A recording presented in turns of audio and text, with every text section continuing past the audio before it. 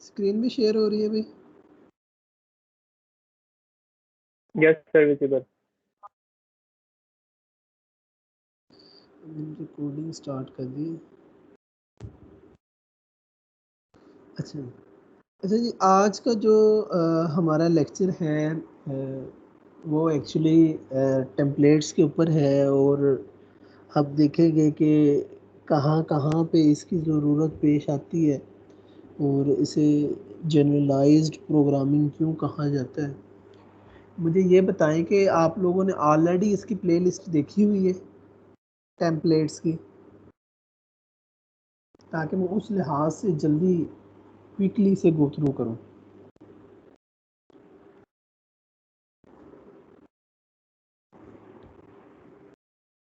अच्छा चले, मैं इसे थोड़ा सा बता देता हूँ, आपके साथ साथ चलते हैं। तो आप मुझे ये बताएं कि हम कर देते हैं सर। हाँ जी, सर रिकॉर्डिंग स्टार्ट कर दें। रिकॉर्डिंग स्टार्ट हुई है। रिकॉर्डिंग इस वीडियो श्योर, मेरे ख्याल से तो स्टार्ट हुई है। अच्छा, अब वो ये कह रहा है यस सर हो कि रही है रिकॉर्डिंग। हाँ जी, अब वो ये कह रहे हैं कि जब आप फंक्शन बनाते हैं तो आप मुझे ये बता सकते हैं कि फंक्शन क्यों बनाते हैं?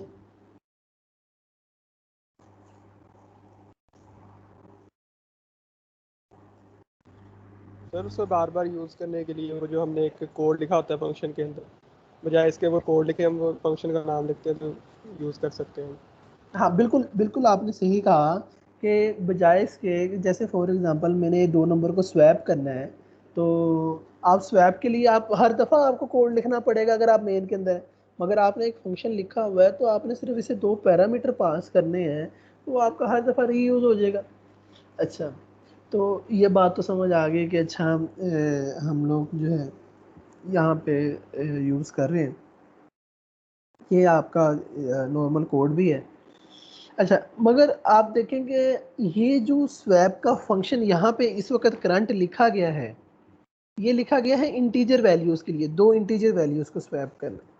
अब मेरा आगे जहन बनता है, अच्छा यार आप ना मुझे स्वैप करके दे दें डबल वैल्यू के लिए, फिर आप क्या करें? सर हमें अलहदा फंक्शन बनाना पड़ेगा डबल के लिए। फंक्शन अलहदा बनाना पड़ेगा। जब आप फंक्शन अलहदा बनाएंगे, इस टर्म को क्या कहते हैं?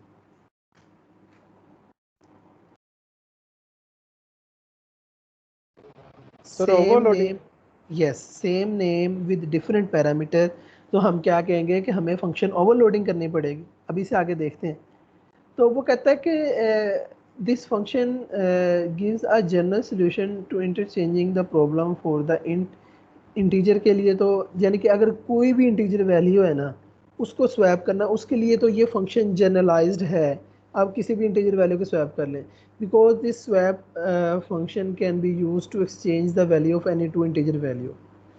अच्छा, अब इन कॉन्ट्रास्ट क्या है, in line code would have to be rewritten, ये तो हमने बात। अच्छा, अब जनरल सॉल्यूशन, ये जो हमने फंक्शन का लिखा, स्वैप का फंक्शन लिखा, तो ये एक्चुअली जनरल सॉल्यूशन था उन तमाम इंटीजर वैल्यूज़ का जो 2 थी जिनको आपस में स्वैप किया जा सकता है इस वक्त दुनिया में। ठीक है, तो ये उनका जनरल सॉल्यूशन था।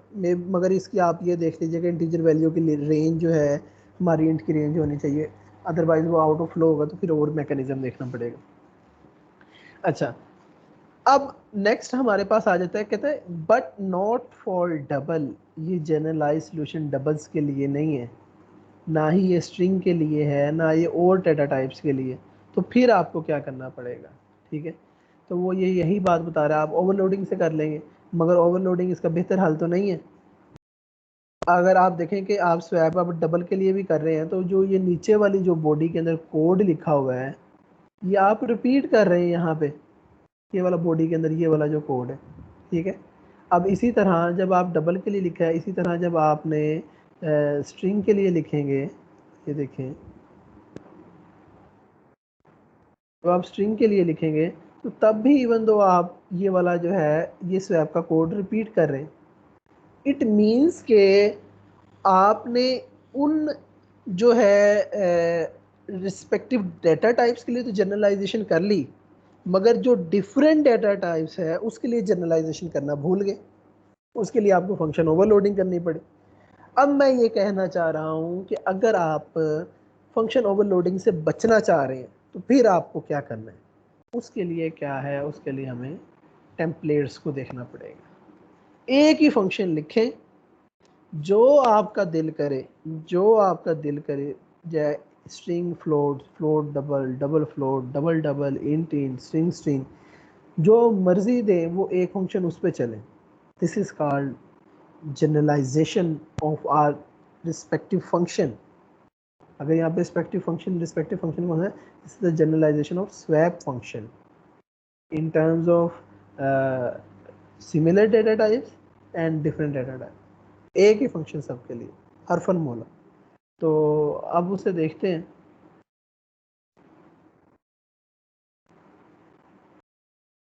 तो वही बात जब मैंने आपको बता दी, जब वो कह रहा है कि अगर आपने स्ट्रिंग के लिए है, डबल के लिए है, अब अगर आपने किसी क्लास के डाटा मेंबर को स्वैप करना है, ठीक है, फिर उसके लिए भी आपको करना पड़ेगा। अच्छा, अब उसके लिए जो है, अब आप देखेंगे नॉर्मली जो फंक्शन के अंदर चीज़ चेंज क्या हो रही है, आप अगर वेरिएबल के नेम सेम भी रखते हैं तो आपकी जो प्रिमिटिव डेटा टाइप है वो कभी इंट हो जाती है, कभी फ्लोट हो जाती है, कभी यूज़र डिफाइंड डेटा टाइप है वो क्लास का नेम हो जाती है।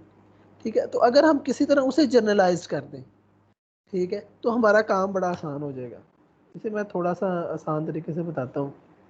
देखें कि आप ये देखें कि यहाँ पे तो वो वेरिएबल ही बन रहा है, यहाँ पे भी वो वेरिएबल ही बन रहा है। अगर आप यहाँ पे इंट देते हैं, यहाँ पे भी इंट देते हैं, तो इंट के लिए एक फंक्शन बन जाता है। यहाँ पे फ्लोट देते हैं, इंट, इट मीन्स के कोई ऐसा काम कर दो, कोई ऐसा काम कर दो जो यहाँ पे वैल्यूज़ को फिल करे रन टाइम के ऊपर, जो यूज़र दे। यूज़र अगर यहाँ पे इंट दे दे तो इंट आ जाए, यूज़र यहाँ पे फ्लोट दे दे तो फ्लोट आ जाए।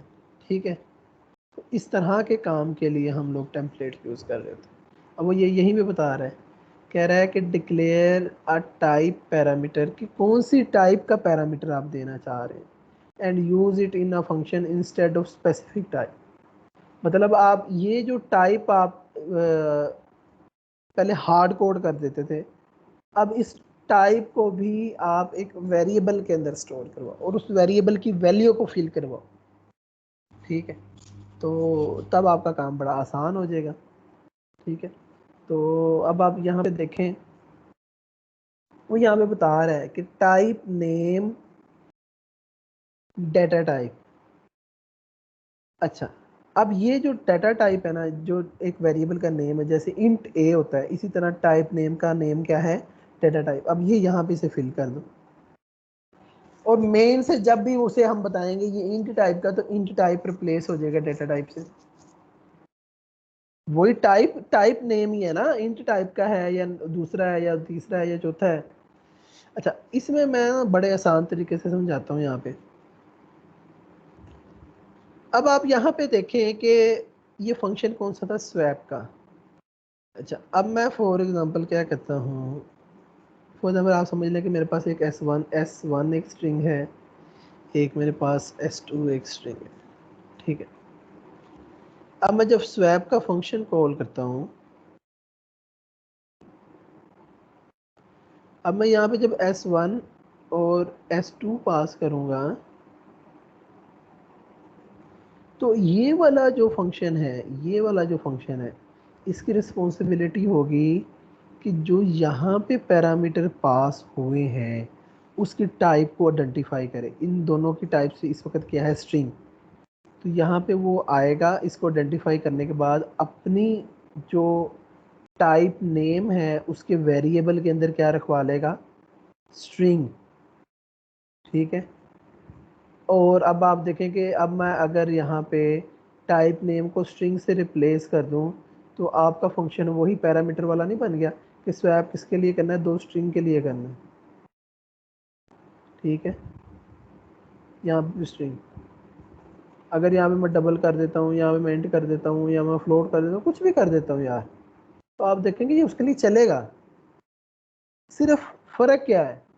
फ़र्क ये है कि जहाँ पे जो आप बचपन से करते आए, यहाँ पे इंट लिखते आए, यहाँ पे फ्लोट लिखते आए, यहाँ पे डबल लिखते आए, आप उसे किसी वेरिएबल में पास क्यों नहीं करवाते? वो वेरिएबल खुद ही अपने आप को आगे यूज़ कर ले। अब ये जो वेरिएबल है यहाँ पे डेटा टाइप वाला, ठीक है, वो आगे यूज़ हो जाए। तो यहाँ पे ना ये लिखा हुआ है टाइप नेम, आपने मेरे जो वीडियोस हैं वहाँ पे उन्होंने लिखा होगा क्लास, ठीक है, तो ज़्यादातर क्लास का ही वर्ड यूज़ होता है, क्लास। इसे मैं कैपिटल टी कह देता हूँ, मैं अपनी कन्वेंशन ये ज़्यादा फॉलो करूँ, T1 कह देता हूँ, T2 कह देता हूँ, कुछ भी कह देता हूँ। तो क्लास T1, क्लास T2। आप टाइप नेम भी यूज़ कर सकते हैं, इससे कंफ्यूज नहीं होना कि यहाँ पे टाइप नेम है और वो प्रीवियस वीडियोस के अंदर सिर्फ क्लास है, तो ये भी आप यूज़ कर सकते हैं। ज़्यादातर यही यूज़ करते हैं, ये बहुत कम यूज़ करते हैं, ठीक है। और ये वेरिएबल का नेम मैं बड़ा नहीं रखता, मैं ज़्यादातर छोटा ही स्मॉल ही रखता हूँ, जिससे मैं कैपिटल टी कह देता हूँ, T1 कह देता हूँ, T2 कह देता हूँ। और ये बिल्कुल साइंस इसके पीछे वही है जो मैंने आपको भी समझा दी। अच्छा, फिर उसके बाद हमारे पास आता है कि अब वो कहता है कि the word template is a C++ keyword specifying that what follows in a pattern for a function, not a function definition। अब बात ये कहना चाह रहा है कि पैटर्न का मतलब इसे आप ये समझ लें कि क्या चीज़ आएगी। जैसे अब अगर स्वैप के फंक्शन में इंट इंट आएगा, इंट डबल आएगा, डबल इंट आएगा, क्या चीज़ आएगी, ठीक है। तो हमने एक सांचा बना दिया, उसमें आपने सिर्फ वो दो वैल्यू दो, तो आपका वो रिस्पेक्टिव ओवरलोडेड वाला फंक्शन बन के आपके पास आ जाएगा, ठीक है। तो ये जो टेम्पलेट है एक्चुअली जो वो पैटर्न आप देना चाह रहे हैं डिफरेंट डिफरेंट तरह की, उस फंक्शन की नेम के अंदर, उस फंक्शन की सिग्नेचर के अंदर, ठीक है, वो सारा का सारा ऐसे डील कर रहा होगा। अब आप देखें कि ये बता भी रहा है, originally keyword class was used instead of type name in type parameter list, जो मैंने आपको बताई। अच्छा, अब टेम्पलेट को यूज़ किस तरह करते हैं, वही टाइप मैं आपको इसे बताता हूँ। वो कंपाइलर से स्वैप कर देता है आर्गुमेंट को और सारा कुछ। ये मैंने आपको बता देता हूँ अभी, फॉर टाइम बीइंग आप इसे होल्ड कर लें। ये चीज़ आ गई। आप ये देखें कि आपने करना क्या होता है, मैं ये वाला जो है फंक्शन, ये वाला जो है सिंटैक्स को फॉलो करता हूँ ज़्यादा। आपने हर जिस फंक्शन को जनरलाइज्ड करना है उसके बाहर आपने ये फंक्शन की डेफिनेशन, तो उससे पहले आपने ये लाइन लाजमी लिखनी है, टेम्पलेट का कीवर्ड, फिर आपकी ओपनिंग और क्लोजिंग ब्रैकेट, ये क्लास आपने लाजमी लिखना है, ये भी कीवर्ड है। ये जो वेरिएबल का नेम है ना, आप कोई भी चेंज कर दें, आप इसे T1 कह दें, आप इसे जो आपका दिल करता है वो कर, और आप उसे नीचे उन जगह पे इसे रिप्लेस कर दें जहाँ पे आपने जनरलाइज प्रोग्रामिंग करनी है। फिर वो यही बता रहा है, कहते हैं type parameter is a type parameter naming the generic type of the value on which the function operate. मतलब वही बात है कि जिस पे हमारा ये एक वेरिएबल है जिस पे हमारा फंक्शन ऑपरेट करता है। अब फंक्शन डेफिनेशन वही जो स्वैप का फंक्शन की डेफिनेशन है, जो आप बॉडी लिख रहे हैं वही बिल्कुल वैसे ही। इसे हम देखते हैं कि एक्चुअल कोड के अंदर कैसे हो रहा है। तो आप यहाँ पे देखें कि एक हम देखना चाह रहे हैं कि नेगेटिव नंबर है या पॉजिटिव नंबर है, ठीक है। तो बल्कि एब्सोल्यूट, सॉरी नेगेटिव पॉजिटिव कह रहा हूँ, एक आप कोई भी नंबर दें उसका एब्सोल्यूट निकाल के दे दें। आप देखें कि आप एब्सोल्यूट फंक्शन जो है आप इंटीजर के लिए भी लिख सकते हैं, आप लॉन्ग के लिए भी लिख सकते हैं, आप डबल के लिए भी लिख सकते हैं, आप हर एक के लिए लिख सकते हैं। जैसे इंट है, लॉन्ग है, डबल है, ठीक है। तो सिंटैक्स पहले देखते हैं। अब यहाँ पे हम नॉर्मली होता था, यहाँ पे हम इंट लिख देते थे, डबल लिख देते थे, फ्लोट लिख देते थे, सारी चीज़ें लिख देते। रिटर्न में भी इंट लिख देते थे, फ्लोट लिख देते थे, डबल लिख देते थे, जो हमारा दिल करता है। अच्छा, अब आप देखें कि मैंने मेन के अंदर हूँ यहाँ पे, ठीक है, और मैं मेन के अंदर एब्सोल्यूट फंक्शन कॉल करता हूँ और यहाँ पे मैं 4 भेज देता हूँ, और इसे जब मैंने यहाँ पे 4 भेजा, ये मतलब है इंटीजर टाइप को मैंने एब्सोल्यूट निकालना, तो मैंने इंटीजर टाइप के किसी वेरिएबल के अंदर उसकी वैल्यू स्टोर करवाना।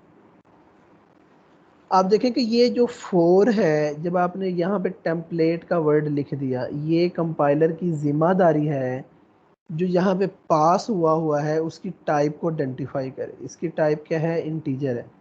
तो यहाँ पे जो टी है, टी को ओवरराइड करके यहाँ पे इंट बना देगा, ठीक है।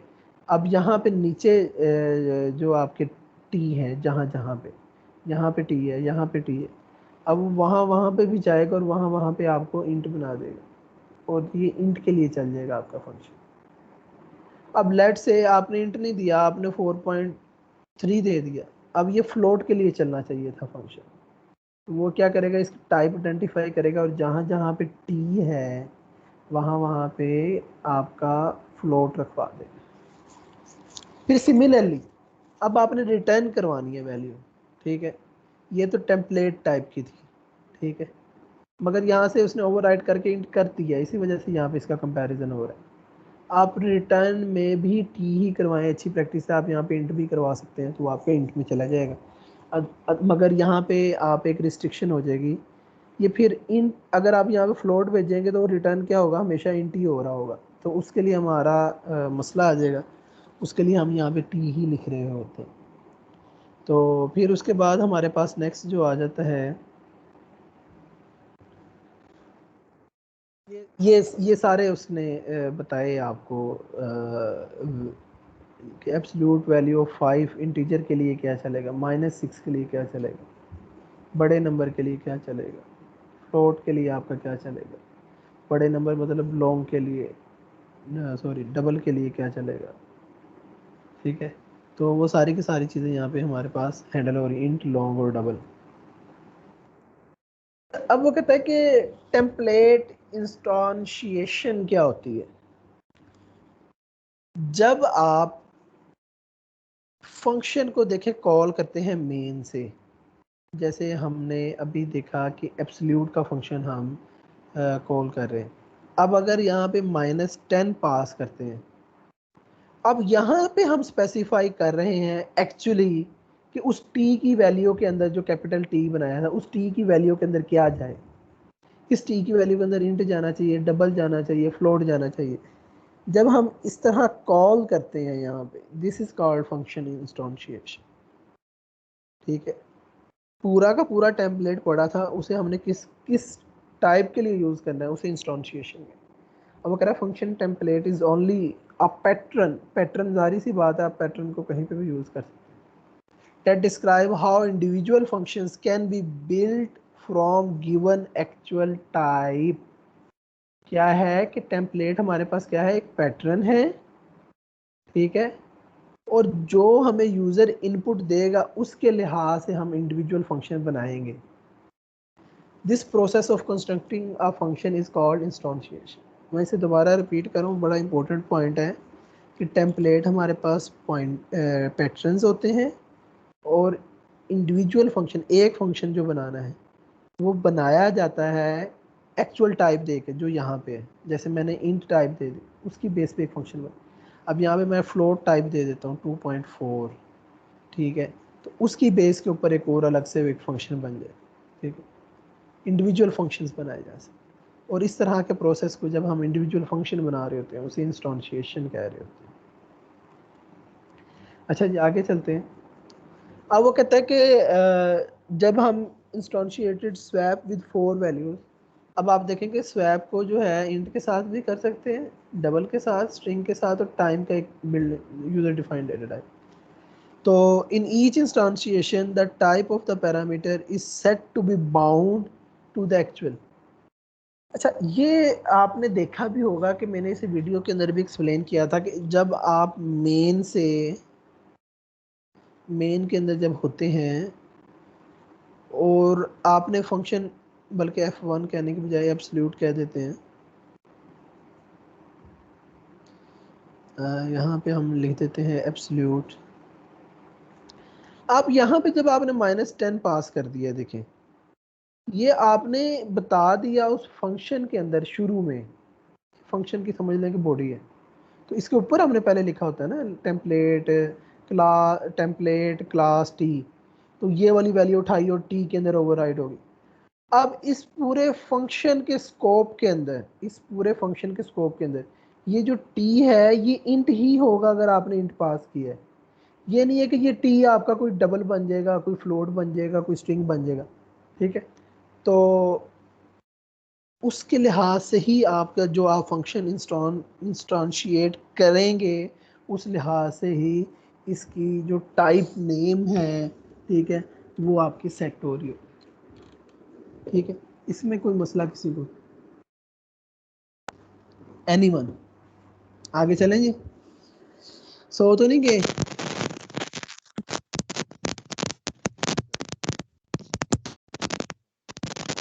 हाँ जी, आवाज आ रही है?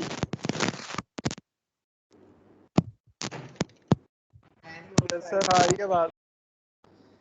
अच्छा चले आगे चलते हैं, एक मिनट।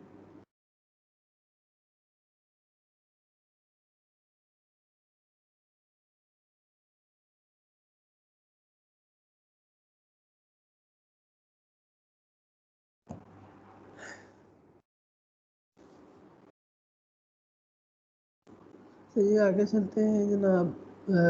वही पैटर्न की बात है, और एक पैटर्न है, जैसे आप समझ लें कि एक हमारे पास सांचा है और उस सांचे से हम मल्टीपल चीज़ें निकालते जा रहे हैं, अनलिमिटेड नंबर ऑफ इंस्टांसेस निकाल सकते हैं।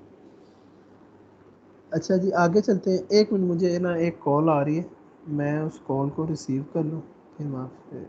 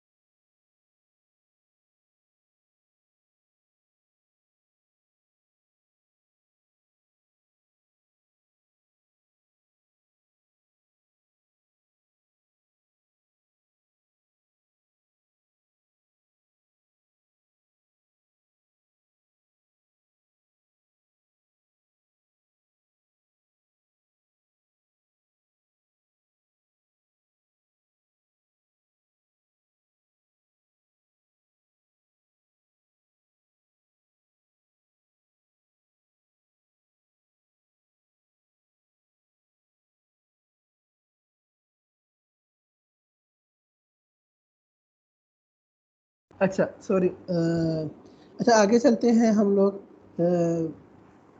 अब वो ये बात कह रहा है कि ठीक है, आपने एक फंक्शन के अंदर आपने देख लिया।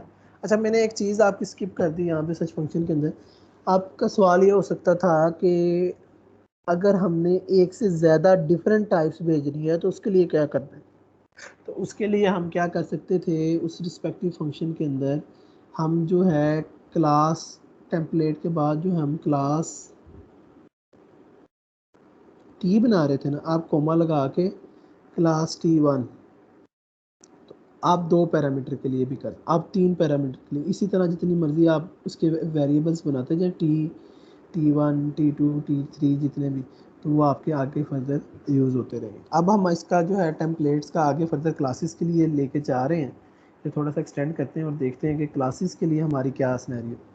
अच्छा, जो स्टैक का क्वेश्चन था जो आपका असाइनमेंट के अंदर आया था और वो आपको मैंने छुड़वा दिया था, स्टैक आप ये समझ लें कि आवाज़ आ रही है सब बच्चों को मेरी के कोई नहीं?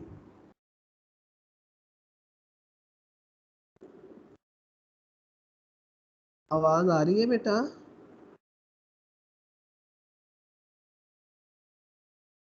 जी सर आ रही है। सर आ रही है। अच्छा अच्छा, अब आप देखें कि स्टैक होता क्या है एक्चुअली। अगर आप देखें कि ये एक आपका एक स्टैक है,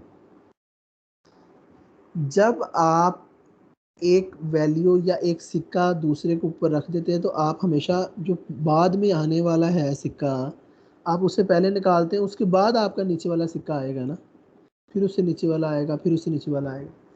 तो स्टैक भी इसी चीज़ का नाम है कि लास्ट इन फर्स्ट आउट।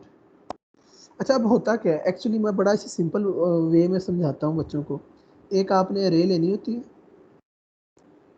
ठीक है, ऐसे करके अरे आ गई। आपने क्या करना होता है, इसके ना 2 ऑपरेशन होते हैं, पुश और पॉप, ठीक है। अच्छा, अब जब पुश का मतलब क्या होता है कि इस स्टैक के ऊपर एक सिक्का रखवा दो, ठीक है, इसके ऊपर एक और सिक्का रखवा दो। पुश का मतलब है ये रखवा दो। पॉप का क्या मतलब है, ऊपर वाला एक सिक्का निकाल लो। पॉप का मतलब है ऊपर वाला एक सिक्का निकाल लो। अच्छा, अब होता ये है कि जब आप पुश करते हैं स्टार्ट में तो आपका पॉइंटर -1 पे होता है। जब आप पुश करते हैं तो इसमें प्लस प्लस होकर ये ज़ीरो हो जाता है, ज़ीरो हो जाता है, और यहाँ पे पॉइंट करना है तो उस रिस्पेक्टिव में वो वैल्यू रखवा देता है। फिर आप दोबारा पुश करते हैं तो वो उसके नेक्स्ट वाले इंडेक्स में वैल्यू रखवा देता है। फिर उसमें दोबारा पुश करते हैं, उसमें नेक्स्ट वाले में इंडेक्स में वैल्यू रखवा, दोबारा पुश करते हैं तो उसमें नेक्स्ट वाले में रखवा। इसी तरह जब आप पॉप करते हैं तो वो एक अपने आप को डिक्रीमेंट करता है, अपनी वैल्यू देता है, डिक्रीमेंट करता है और पीछे वाले पे पॉइंट करने लग देता है। फिर इसी तरह अपनी वैल्यू डिक्रीमेंट करता है, पीछे वाले पे पॉइंट करने लग जाता है, फिर उस पर अपनी वैल्यू को डिक्रीमेंट करता है और उसे पीछे वाले पे पॉइंट करने लग जाता है। तो ये सारा का सारा जो है आपका स्टैक का जो फंक्शन है वो कर रहा होता है। अब इसमें एक टॉप का फंक्शन भी होता है। टॉप का मतलब होता है कि आपने ऊपर लास्ट जो ऊपर वाला एलिमेंट है वो दिखा तो देना है कि ये सिक्का है, मगर इसे निकालना नहीं है, मतलब आपने इंडेक्स को पीछे की तरफ मूव नहीं करना। तो अब हम इसमें देख लेते हैं कैसे इसमें फंक्शनैलिटी इम्प्लीमेंटेशन है। ये सिंपल हमारे पास ये फंक्शंस हैं जो आपको आपने खुद से इम्प्लीमेंट करने हैं। एक जो हमारे पास अरे है स्टैक की, मैक्स हमारे पास साइज़ जो ऊपर हमने ग्लोबली बनाया होगा, और टॉप जो पॉइंटर है। अब उसमें एक स्टैक के लिए हमने कंस्ट्रक्टर लिखा और उसके लिए हमारे पास पुश और पॉप का फंक्शन होगा। अच्छा, पुश का फंक्शन क्या करेगा, जब भी ये कॉल होगा तो आपका ये टॉप का वेरिएबल एक प्लस प्लस होगा, ठीक है, और इसके रिस्पेक्टिव वो जो एस टी टॉप के अंदर वो वैल्यू रखवा देगा जो फॉर एग्जाम्पल वैल्यू आई है, वी आई है, ठीक है। इसी तरह जब पॉप होगा उसमें से वो वैल्यू किसी वेरिएबल के अंदर स्टोर करवाएगा और इस इंडेक्स को जो टॉप वाला है उसे माइनस माइनस करेगा, ठीक है। ये आपका सिंपल स्टैक का फंक्शन था। अब अगर आप देखें यहाँ पे तो आप जो है स्टैक लॉन्ग के लिए भी बना सकते हैं, ठीक है। तो लॉन्ग के लिए आपको अलग से वो सारे के सारे जहाँ जहाँ पे आपने इंट लिखा था वहाँ पे लॉन्ग लिखना पड़ेगा, ठीक है। तो अब अगर हम उसी स्टैक को क्या हम टेम्पलेट के थ्रू नहीं बना सकते, तो ये आप देखें उसकी इम्प्लीमेंटेशन। यहाँ आप ये देखें कि मेरे पास एक अरे थी, ठीक है, और उसके अंदर मेरा पॉइंटर था। तो अब मैंने इनिशियल जब मैंने स्टैक किया तो मैंने पॉइंटर -1 कर दिया। ज़ाहिर सी बात है कि शुरू में जब बिल्कुल आएगा तो पॉइंटर हमारा 0 से भी पहले पे पॉइंट होगा। तो अब अगर मैंने पहले दफ़ा फंक्शन को पुश किया है तो आते ही ये टॉप को प्लस प्लस करेगा तो ये 0 हो जाएगा। तो ये एस टी के ये वाली जो एस टी अरे बनाई है, ठीक है, स्टैटिकली, ठीक है, इसके 0 इंडेक्स पे ये जो वेरिएबल है वो रखवा देगा। फिर इसी तरह जब हमने पॉप करना है, ठीक है, तो पहले ये वैल्यू इसके अंदर जो है रिटर्न करेगा और उसके रिटर्न की फंक्शन के बाद इसमें माइनस माइनस हो जाएगा। या वो जो स्कीम मैंने आपको 2 लाइन ऑफ कोड बताई है, 2 लाइनें उस तरह भी करेंगे तो वो भी चल जाएगा। अच्छा, मगर हमारा टास्क ये नहीं है कि हम स्टैक को समझें, हमारा टास्क ये है कि इंट टाइप का स्टैक, डबल टाइप का स्टैक और सारे स्टैक एक जैसे ही हों, तो वो कैसे चलेंगे। तो आप देखें कि क्लास के बाहर भी अब आपने वही काम करना है, टेम्पलेट क्लास। अब उसने यहाँ पे T1 की जगह पे टाइप लिख दिया। अब आपको पता था कि अगर स्टैक इंटीजर टाइप का बनाना है तो यहाँ पे हम इंट लिखते थे, तो अब हमने यहाँ पे सिर्फ टाइप लिख दिया।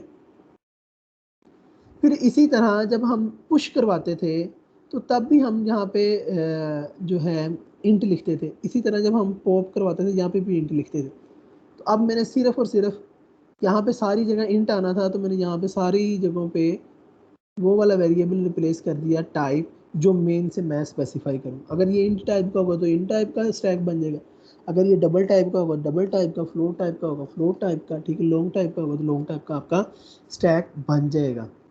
अच्छा, अब इसकी इनपुट देखते हैं कि किस तरह की होगी।